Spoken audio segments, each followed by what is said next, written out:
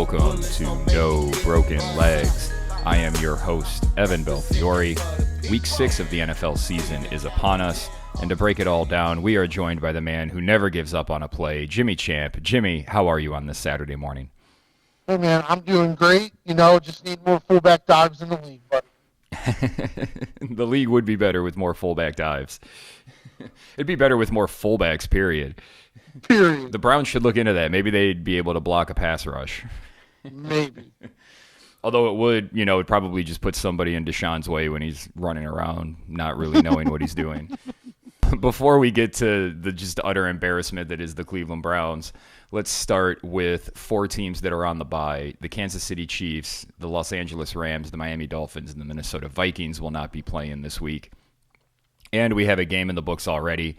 San Francisco took care of business in Seattle. Looks like San Francisco's kind of got their shit back together. I still like Seattle to hit their over because they started so good, but this Seattle team looks like a borderline playoff team. What do you think? Yeah, they look borderline, and I think, it's kind of unfair to Brock Purdy because it just is what it is, but I think if you've got 3 of the 4 main playmakers, San Francisco is going to be really good. I mean, that's just what it comes down to. If some combination of Kittle, Ayuk, Samuel, and McCaffrey are active, they're going to be really good. Because the run game, the scheme is still working. It's not quite as explosive, but the scheme is still good. And if the playmakers are there, I think they're probably one of the 3 best teams in the NFC still. Yeah, I couldn't agree more. And they'll get more explosive when McCaffrey comes back at some point later this season. Once, whatever they injected him with in Germany takes hold. Yep. Jimmy. Oh, no. We have to talk about the Cleveland Browns now. All right. That was the worst loss of Kevin Stefanski's tenure as a Cleveland Brown. Yeah, in my opinion. I mean, we talked about it earlier that was the Giants game. Yeah. And that was an utter embarrassment across the board. Deshaun Watson walking off the field because they have 12 guys in the huddle, and I don't think he knows what play they're supposed to be running anyway. Bad penalties, no tackling. That game was really, really bad. But it's the same thing that we talked about in the offseason, that they had 2 years where things didn't really go according to plan. Last year, I guess they make the playoffs. I think they won a couple of games they shouldn't, and that team definitely overachieved and then gets blown out in the playoffs. But everybody got contract extensions, and everybody said everything was fine. And that seems to be the message after Sunday. Everything's fine, Jimmy. Yeah. They're just going to work it all out. They're going to get on the same page, and everything's fine. Do you think everything's fine? I don't think anything's fine. I think we talked about it before the game last week, that we felt like maybe we'd start to find out exactly, who made the moves on Deshaun Watson, why he even came to town. For Kevin Stefanski to get at that podium and say, we don't need to make a quarterback change, it's not fair to put any part of this blame on one person. As a group, we've all got to be better, including myself, is a damn shame, because I always felt like I wanted to be able to trust Kevin Stefanski. And I no longer feel like I can trust Kevin Stefanski. I feel like we're right back to the team that, gave Kellen Winslow infections in his leg and pretended that they didn't. Well, he's the mouthpiece for that whole front office and D Podesta, and it shouldn't be his job to talk about. Well, actually, it should be his job to bench Deshaun Watson and have that decision-making power, but we know it's not. And I think Darryl Ryder put it best when he's like, Stefanski had to be asked 3 times if he had the authority to bench Deshaun Watson before he gave his yes answer, and then sort of qualified it after. And Ryder just goes, look, if you can't answer that question with a yes right off the bat, that means you don't have the power to do that. Yeah. I mean, that's just what it is. I believe Kevin Stefanski very much knows football, and even if he didn't want to say, I'm benching Deshaun Watson because his play stinks, I think it would have been okay to say we may consider going to Jameis just to change something up, because clearly something needs to be changed up, because the running backs, the few times they get to run the ball, can't find a hole if there is one. If there's not one, they don't make anything happen. Nobody on the line knows the snap count, wants to block, can't hold. No receivers want to catch the ball, but why would they want to catch the ball? Because when they're wide open in the end zone, they can't get past the throw to. Like the defense doesn't want to tackle. I mean, this team appears to have packed it in already, which is so sad, because although we disagree with everybody else, even still, there is local and national media telling me this Browns team is very, very talented. But they say as hell don't play like they're very, very talented. They're very talented. They're very talented, just like the Jets, who also have a lot of the same problems the Browns have. And I don't know, maybe what's going on is the algorithms they're using to determine how talented these guys aren't very good. Yeah. I still don't hear people talking about the Kansas City Chiefs defense being very talented. And that's a really talented defense. It's a really talented defense, and I know they're really talented because when I watch them play, they look really talented. It's not looking at paper and going, "Oh, Jerry Jeudy's got a lot of talent." Yeah, but he's not a good football player, so it doesn't matter how talented he is. Yeah. I mentioned this on Facebook in one of the Cleveland groups I'm in, and we know what the real problem on this team is. Officially now, we suspected, and it's that Kevin Stefanski as a head coach does not really have the power a head coach should have. Yep. And this is now third time? Yeah. This is the third time the front office has really fucked the Cleveland Browns. And the first time was when the team was 7-4 with Brian Hoyer. Kyle Shanahan was here. And the front office said, no. You have to play Johnny Manziel because we invested a first-round pick in him. We've got nothing invested in Brian Hoyer. We don't give a damn if we're 7-4. We got to find out what we have in Johnny Manziel. And that turned into a complete fucking debacle, which led to eventually the 1-31 seasons. Yep. Second part, 2021. Baker's hurt. Everybody knew Baker was hurt, but Kevin Stefanski couldn't bench him because the front office wanted to learn more about Baker before trying to give him a contract extension, which I don't know what the fuck you're going to learn about Baker when he's playing hurt. And they dictate that he has to play. The team doesn't give Baker the cover, so now Baker has to decide whether or not he plays, and that's not really up to the player. Like, players want to play, especially a guy like Baker. He wants to show that he's tough, and he wants to show that he's a leader. So the front office put the coaching staff and the players in a bad position, and it led to a bad outcome. And here we are again. There's no reason Deshaun Watson should be starting this game. His play dictates that he is the worst quarterback in the league. His numbers are that of Bryce Young and Gardner Minshew, and those guys are sitting on the fucking bench where they belong. And that's where Deshaun Watson should be sitting, because we need to see what this offense looks like with Jameis Winston. And I think you and I both know the reason the front office doesn't want to do that is because they know it's going to look better. Yeah, you covered so much there that I completely agree with. It's still wild to me that, because people are like, oh, well, we need to see if, Deshaun needs to keep being able to play so we can see if there's a little bit more in there like he played in the Raiders game. Like, people are acting like he threw for 300 yards in the Raiders game. Yeah, but Jimmy, if you count a play that was called back for a hold and squint your eyes and picture like 3 other plays that didn't happen, he was great. Yeah, he was great. I can't believe it. Just boggles my mind. And I don't know if it's partly if it's like a revisionist history thing that people are after the fact mad that we didn't end up with Lamar Jackson or Josh Allen, but they probably don't become the players they are in Cleveland. But it just boggles my mind that, like, towards the end of the injured Baker tenure, nobody could give Baker any credit for anything he did when he played healthy. Yeah. And only focus on the negative. But with Deshaun, we look at one quarter here, one half here, couple plays here, and say, well, that's the guy we got. If everything else would be perfect, we'd have that quarterback.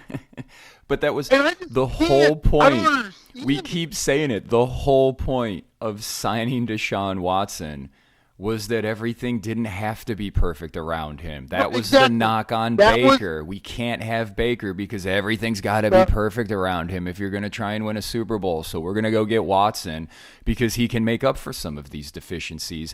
And clearly he can't. He's just not that guy. He wasn't that No, guy in Houston because if he could make up for a team's deficiencies in 2020, they wouldn't have been 4-12.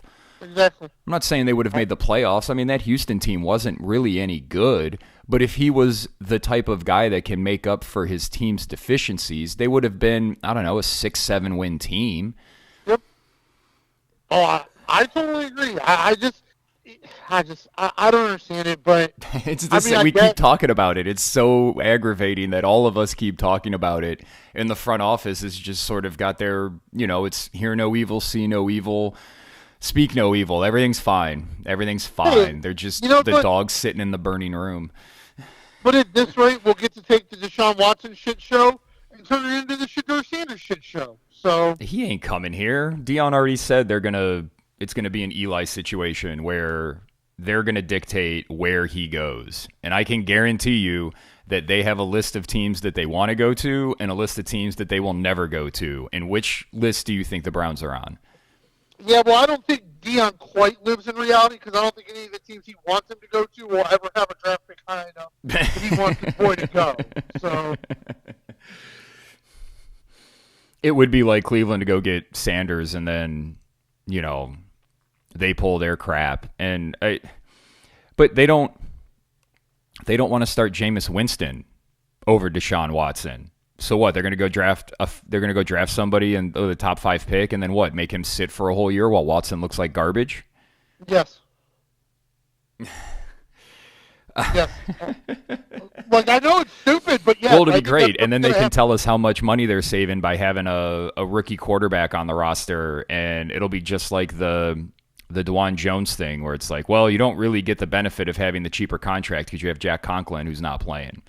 Exactly. Ugh. All right, let's talk about the Philly game that's coming up. This disaster of a team. Philly's a team with its own problems. A lot of people were wondering if Nick Sirianni would make it to this game. He has. He survives the bye. The Philadelphia Eagles are 9-point home favorites over the Browns. Minus 455 for the Eagles, plus 345 for the Browns. Over-under sits at 42.5. The injury report for the Browns is very long, while the Eagles are getting everybody back. Yep. Nick Chubb's still not playing, and for everybody who thinks Nick Chubb's going to save this season, he's probably not coming back till the week before the bye at the earliest. That was sort of the reports I heard. Yep. Delpit's out. I don't know how much that hurts because he doesn't seem to be able to tackle anybody. Hickman's out again. I don't know. Like Himes doesn't play, but you've got James Hudson's out. Ethan Posic's out. It looks like they should get Jack Conklin and Jedrick Wills back. I don't know how much having Wills back helps. Just what are you expecting on Sunday, Jimmy? So it's really hard, right? Because we like to look at data, we like to crunch numbers, but we also have the eye test, right?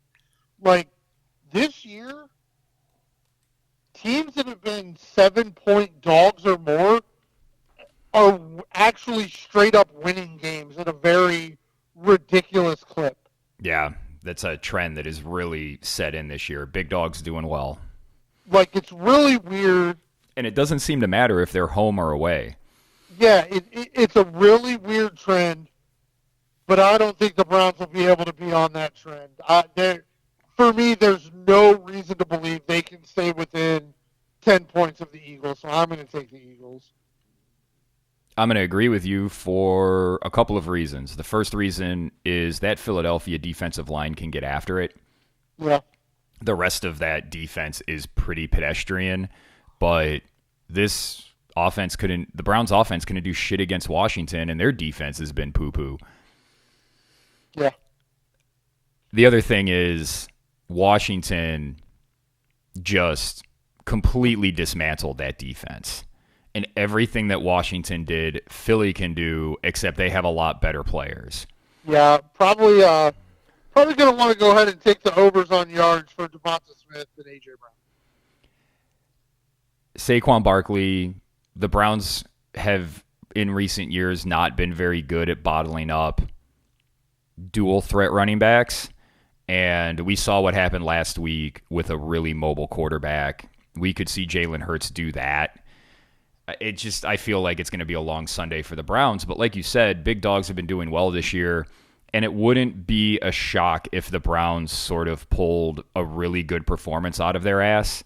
We have seen them do that. Yeah. We have seen them do that when their backs are up against the wall.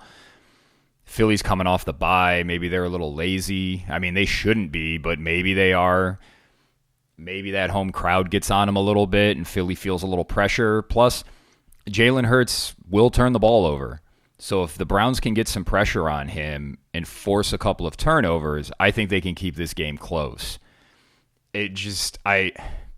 I'm looking at this game mostly as a stay away because I think betting on the Browns right now in any capacity is I can't advise anybody to do that.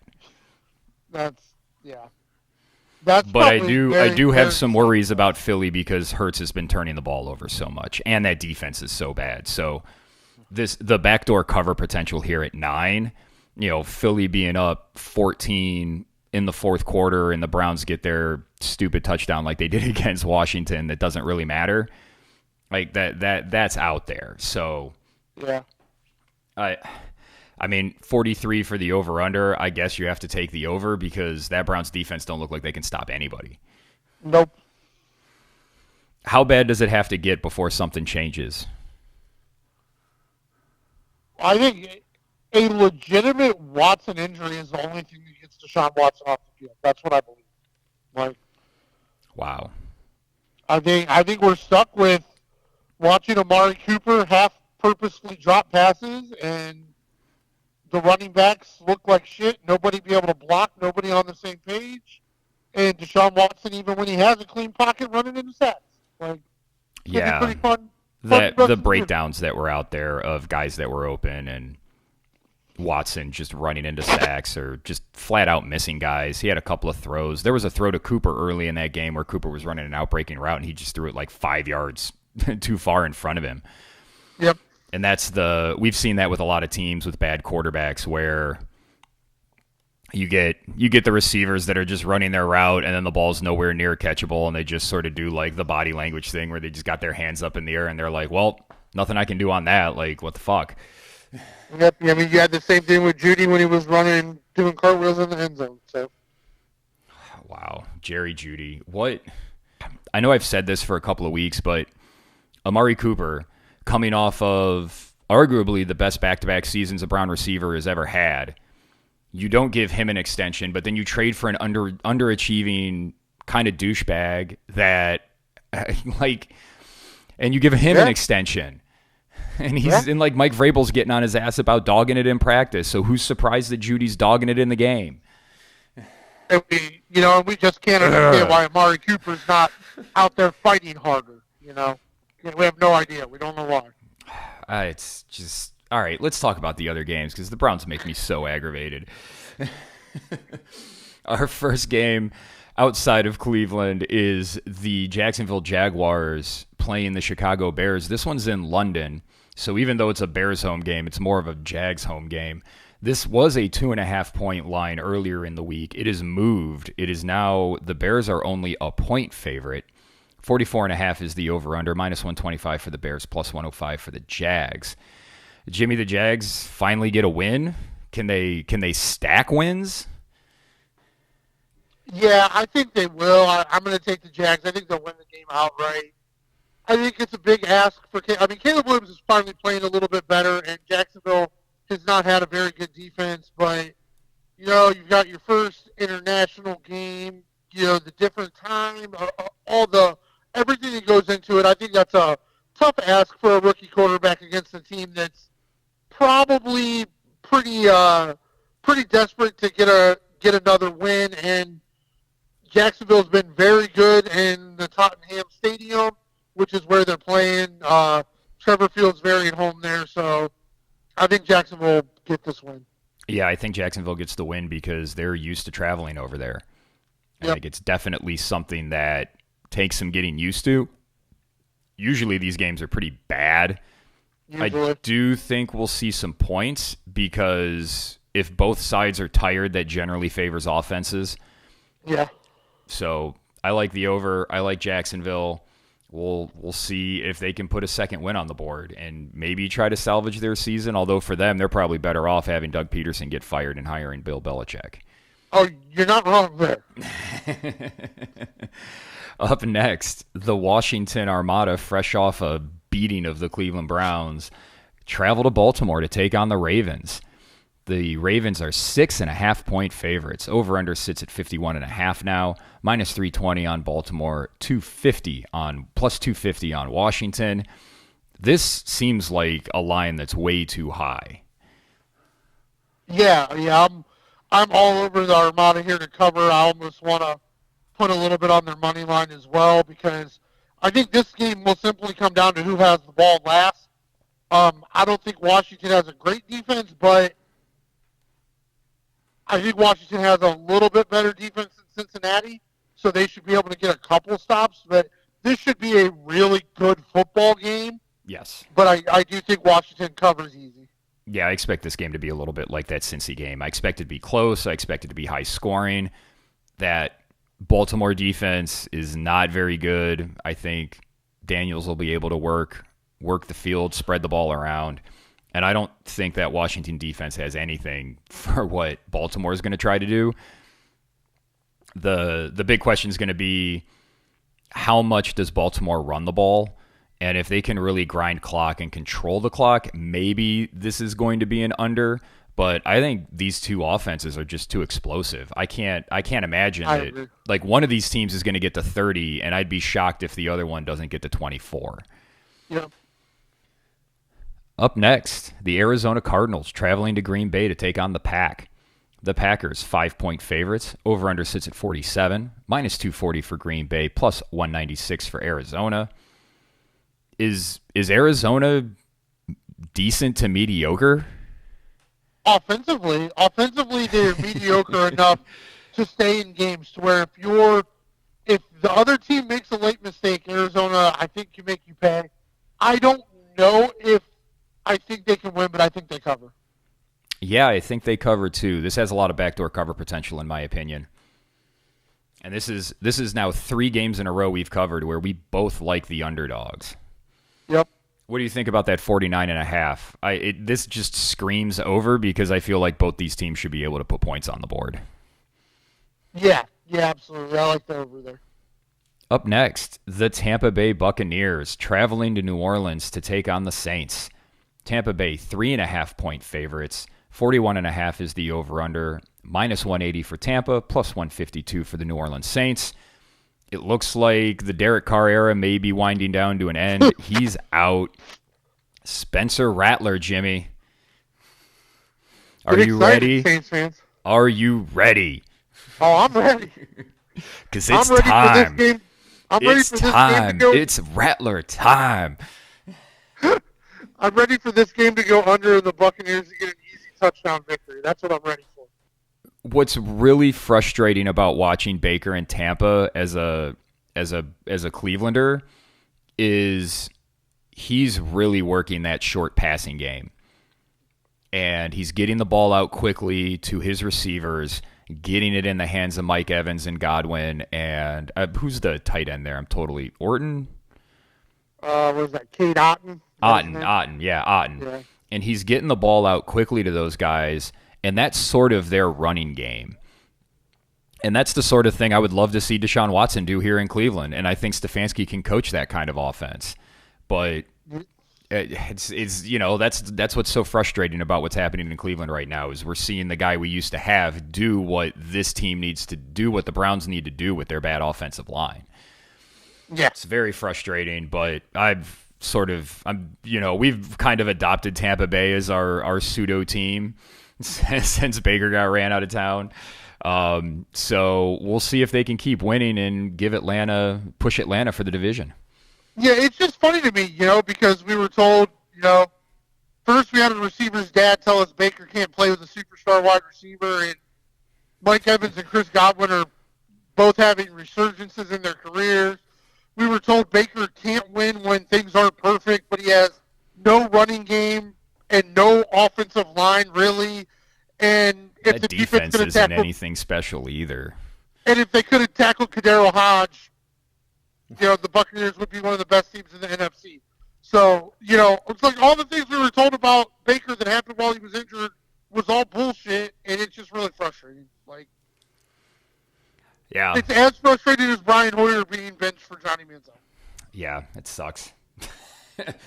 Up next, we have the Houston Texans. They're traveling to New England to take on the Patriots. Houston's 7-point favorites, minus 292 on their money line, plus 235 for the Pats.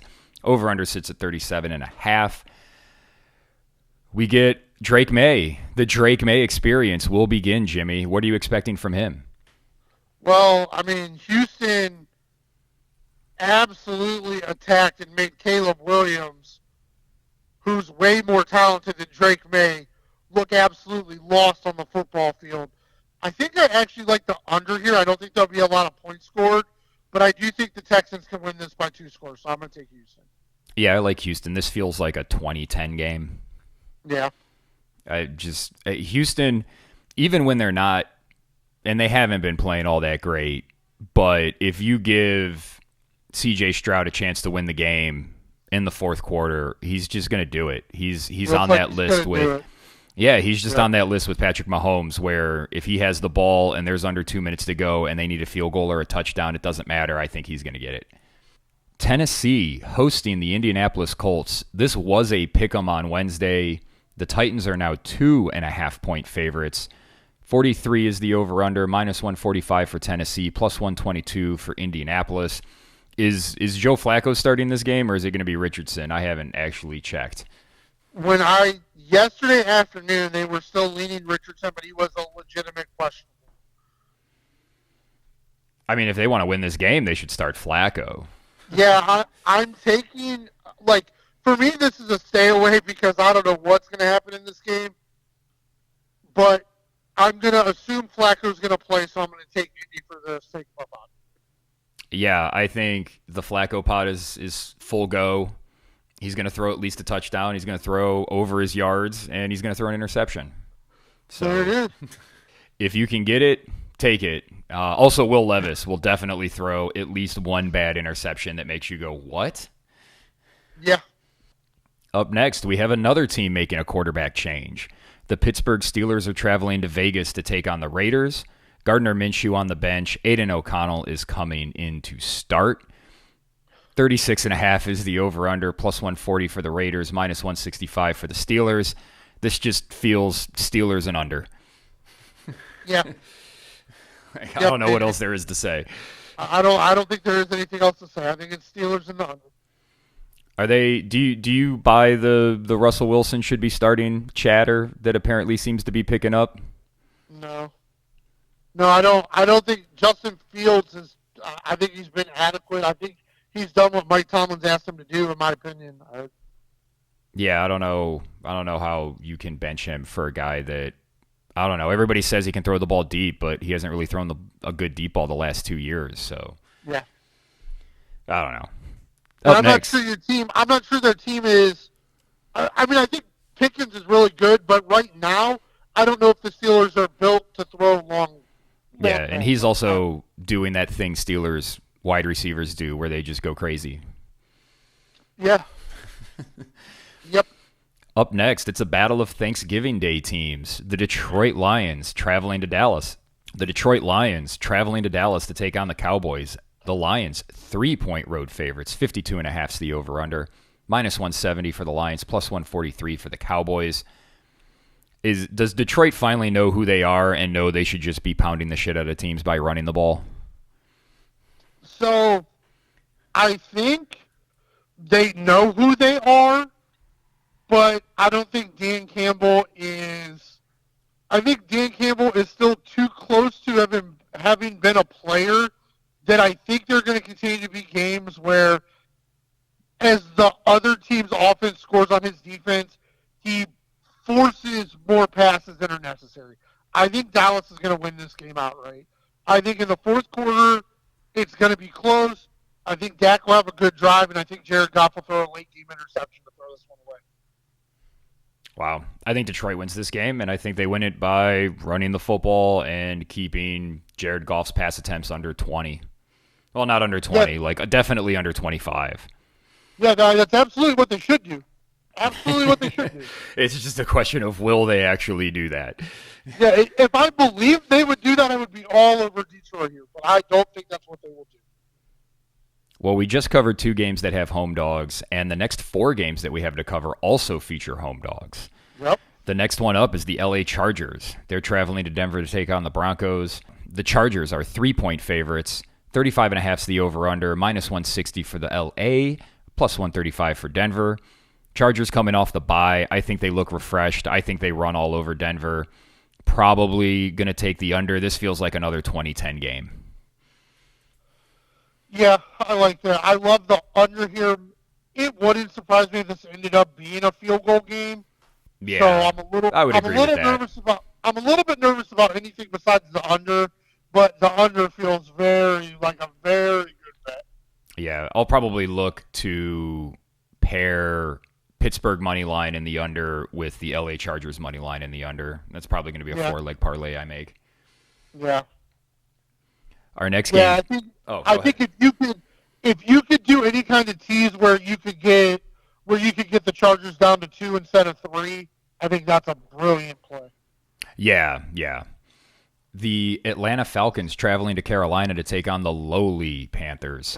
6-point road favorites are the Falcons. 47's the over-under, minus 240 for Atlanta, plus 196 for Carolina. We got the one game, Jimmy. I told you Carolina was going to come out when they made the QB switch, and then they would remember that they're the Carolina Panthers and don't really have a lot of talent. Yeah. Is Atlanta finally kind of figuring out how to use all those weapons? Because a lot of the time it looks like they don't realize they have all those weapons. Well, they still haven't figured out how to use Bijan Robinson quite properly.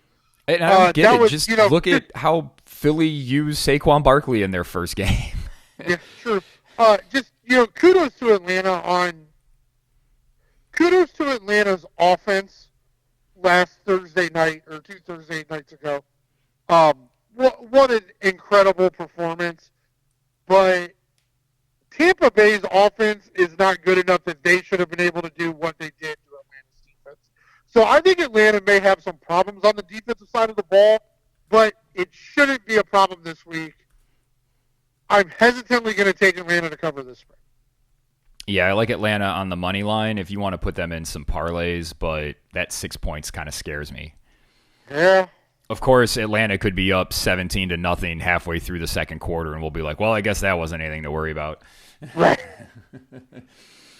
Sunday night sees the Cincinnati Bengals travel to New York to take on the Giants. Cincinnati, 3.5-point favorites. 47 is the over-under. Minus 195 for the Bengals, plus 162 for the Giants. The Bengals look like their offense has gotten their shit together, but dare I say, their defense is so bad, and Daniel Jones is actually playing fairly well. This looks like there's going to be a lot of points on the board. Yeah, I tried to look up this situation because it was so weird to me. The team with less wins on the road as the favorite. Just very weird thing. And I don't know what's going to happen. We know Cincinnati's going to score points, but we've also seen New York's offense can be competent against bad defenses, and the Bengals might have the worst defense in the league, or at least in that bottom 5. So this is going to be a stay away for me. I'm going to take the Giants because we pick every game, but for me this is a stay away because I just don't know. Cincinnati's defense has got to get a little better before I can trust Cincinnati, which sucks because I picked them to win the North. Yeah, me too. I really need them to win this game. You really need them to win this game. They really need them to win this game. I do think they win it. I don't know if they cover that 3.5 though. This kind of feels like a field goal game with how their defense has been playing. So with the 3.5, I'll take the Giants. I will also be avoiding taking Cincinnati and any money line parlays because they're just they do not have that cachet right now. Yeah. Up next, the Buffalo Bills traveling to New York as well to take on the Jets, and I'm sure the grounds crew at the Meadowlands will have that stadium and the field just in tip-top condition after the Bengals and Giants play. The Bills are absolutely. 2.5-point favorites. Over-under is 41, minus 140 for the Bills, plus 118 for the Jets. Robert Saleh no longer the coach of the Jets. I'm not entirely sure he's the reason the offense has been bad. I think that's mostly on Aaron Rodgers. What say you? I think, part of it's Aaron Rodgers, and then also Nathaniel Hackett, who is was never ready to be an offensive coordinator, getting that role. I think those were more of the problems, but there's also a lot of evidence before Aaron Rodgers came in New York that Robert Saleh wasn't a good head coach. So I don't think, I don't want to carry water for Robert Saleh. I do think he's being scapegoated for Aaron Rodgers playing poorly, but I did like that they promoted the defensive coordinator to the interim head coach, and then he kind of demoted Nathaniel Hackett and made the passing game coordinator the offensive coordinator. So that's probably a good idea, but how much is Aaron Rodgers going to pout because of that? I don't know. Even though Buffalo heartbreaking loss last week, I'm going to take the Bills by like $1 trillion here. Oh, you think they blow them out? I think Josh Allen traditionally struggles against this Jets defense. I think it's because they know what he wants to do. Yeah. And this game's kind of a stay away for me because how much of what they did defensively against Josh Allen came from Robert Saleh. That is true. That's true. Kind of want to see it. Yeah, I want to see it. I do think the Bills should win this game, and they should win it by at least a field goal. But that Bills team isn't really all that great. I don't think the Jets are all that good, and they seem to be pretty dysfunctional. But just like we talked about with the Browns, this is the time where, Aaron Rodgers wins a game, and then everybody's, he's flaunting against everybody. Like, see, I told you, like, I didn't have anything to do with Saleh getting fired, and here we are. We're tied for the division lead, and he'll be on Pat McAfee, patting himself on the back, and, they'll still end up losing the division. But yeah. What kind of parlays are you looking at playing this weekend, Jimmy? Well, I mean, if you kind of want to follow the trends of the year, I would say make a small parlay with all of the, everybody that's over 5-point dogs to cover, because that has been the trend. But for me, I am probably focusing a lot of my bets. I'm probably going to focus on Tampa Bay and Houston because I just think they're getting two rookie quarterbacks who probably aren't ready with teams that aren't that good. So I really think that's a great place to cover some bets, and then the Steelers and the under will be in just about every parlay I make. Yeah, I mentioned the Steelers and the Chargers money line and the under on both those games. And actually, I'll probably do what you just said. I'll probably tease Pittsburgh and the Chargers down to 2.5 or 2 to try to keep the odds a little better than you would get with the money line. I like your idea with that would be Cleveland, New England, Washington, and Carolina. Maybe not going to put Carolina in there, but New England, Washington, and Cleveland with the points as a parlay would put you in, but I think Houston's going to be able to score, so I don't know if I like New England in there. But, I mean, it's just crazy how these things have been covered. And remember, I mean, Carolina was 7.5-point dogs when they won their game. So yeah, that's true. I just don't think New England has any weapons for Drake May to use other than Stevenson. Oh, I agree. Yeah, I mean, Stevenson's been ruled out. I fully agree. It's just such a crazy trend. I feel like I want to at least have a chance of a part of it in case it continues, Yeah. Well, maybe it's worth throwing a little bit on the money line on those games.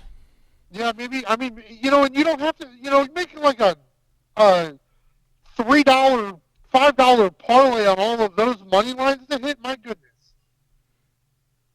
Yeah, I mean, you're getting plus 235 on the Patriots, and you're getting plus 345 on the Browns. So Yeah. you can make some hay pretty quickly on that. Yeah. What players are you looking at having a big week? I think right now we just know we've got to focus. We have to focus on the teams playing against the poor defenses. So I like the Washington. I like the Washington pass catchers again. Mm-hmm. And as I said earlier, I love everything Philadelphia. Like I think Philadelphia. I think you can get any way you wanted to go. If you wanted to say like anytime touchdown score, Hurts, Barkley, and Brown, I think that's probably a brilliant play. We know Tampa can't run the ball. Nope. So you're looking at probably Evans and Godwin both on their over on yardage because I think they're going to have a ton of possessions because I don't think New Orleans is going to be able to sustain any drives. Yeah, and if New Orleans is going to do anything, it's almost all going to come from Kamara. Yeah. I like both the Detroit running backs. Like I said, Yeah. I think they're going to run the ball. I like the Chargers running backs. I think they're going to look to run the ball. And Atlanta is Drake May going to continue playing well? Or Drake May. Is Drake London going to continue performing? What happened to Kyle Pitts? I don't know what's going on with Pitts, but it looks like London and Cousins have something going there. And they just seem to give Algier the ball more than they do Bijan Robinson. So just keep that in mind. So weird, but it seems to be the way it is. I did see Jonathan Taylor is out again. I would probably bet the over on Trey Sermon's rushing yards because he's been adequate to good, and I think they're going to have to try to run the ball a little bit, especially if Richardson plays instead of Flacco. Yeah, if Flacco is in that Indianapolis game, definitely look at the Colts receivers. Yep. Oh, and pretty much anybody in the Green Bay, Arizona game. Yeah, the Green Bay, Arizona game, and I don't know, it sucks that Neighbors is out for New York because if he was playing, you're like, man. Oh, yeah, But and Cincinnati, Higgins, Chase, and Burrow, they're rolling right now offensively. You got to play those guys if you have the option, or you want to bet on those guys to go over. Yep. That's it. That's week 6, Jimmy. There it is, man. Well, it's been kind of a little bit of a crazy 5 weeks. I'm glad the Dolphins and the Rams both got a bye this week because they both needed it. A lot of injuries there. The 2 teams that I picked to make the playoffs. So I hope they're able to rest up and come back, and we'll see what the Eagles look like off of a bye against the Browns. Yeah, 1-5 will look a lot worse than 2-4. Yes. Right. Yes. But right now, that Browns team minus 42 on the year for their point differential, it just shows that they're a bad team. Yep. I know they've had some injuries, but they were able to overcome that last year, and they haven't been this year. It's the cries. If they lose this game and Deshaun continues to look bad, the bench Watson stuff is going to continue to get big, and we'll just see if that ends up being the case, and if Stefanski really does have the power to bench Watson. I guess we'll just have to grit our teeth and bear. Yeah, I don't know. I wish he did because I would like to see if there is actual talent on this offensive side of the ball or not because there's no way you can judge any of it right now with how bad the quarterback plays. Absolutely. Well, thank you for breaking down week 6 with me, Jimmy. No place I'd rather be, brother. I want to thank all of you for listening. For Jimmy Champ, I am Evan Belfiore. Thank you for listening to No Broken Legs.